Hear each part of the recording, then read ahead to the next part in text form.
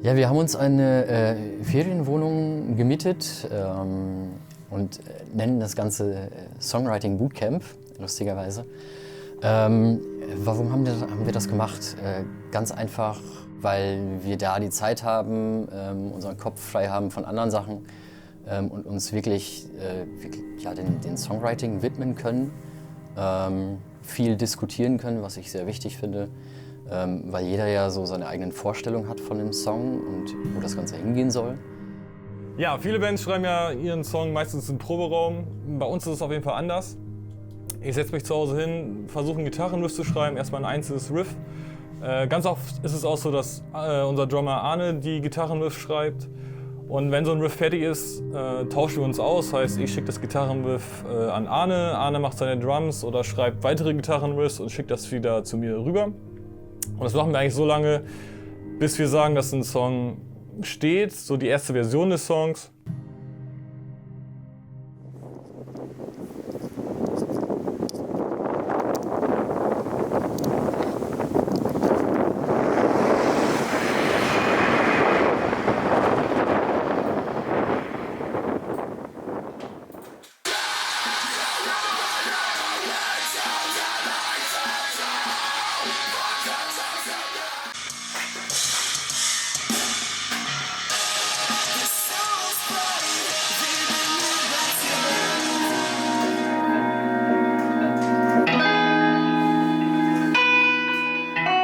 Was hast du denn zum momentanen Fortschritt des Bootcamps? Ja, wir sind eigentlich ziemlich weit, würde ich sagen. Haben einen Song weitestgehend schon fertig und rockt. Ja.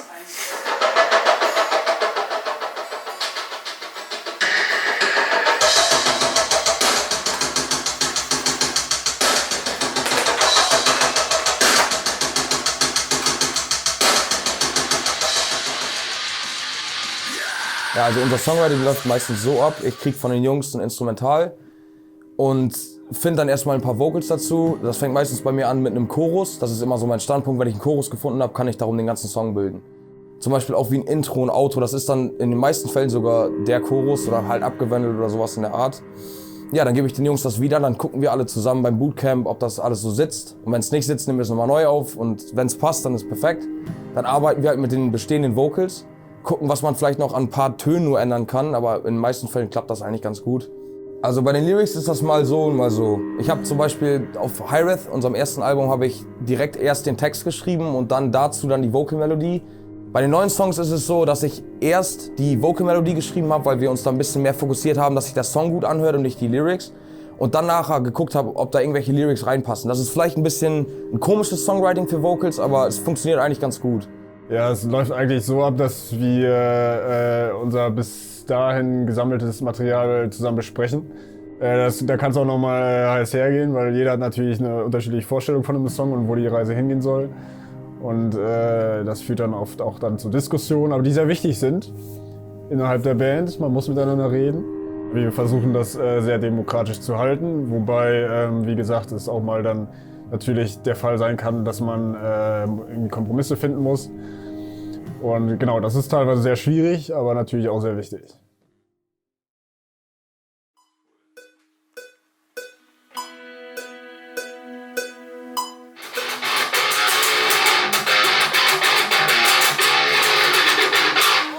Mann, los!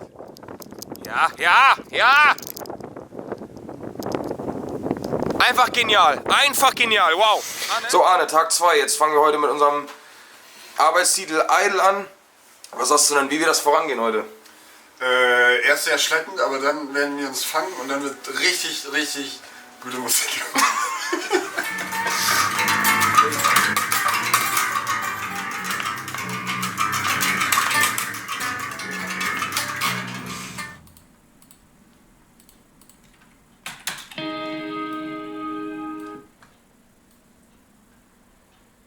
Ja, mach mal irgendwie Anfang Chorus oder so.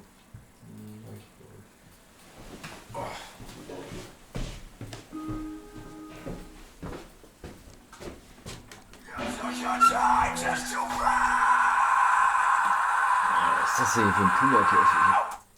Nein. Okay, wir sind sehr müde. Ja, wir auch. Ja, nicht so ganz viel Lust mehr.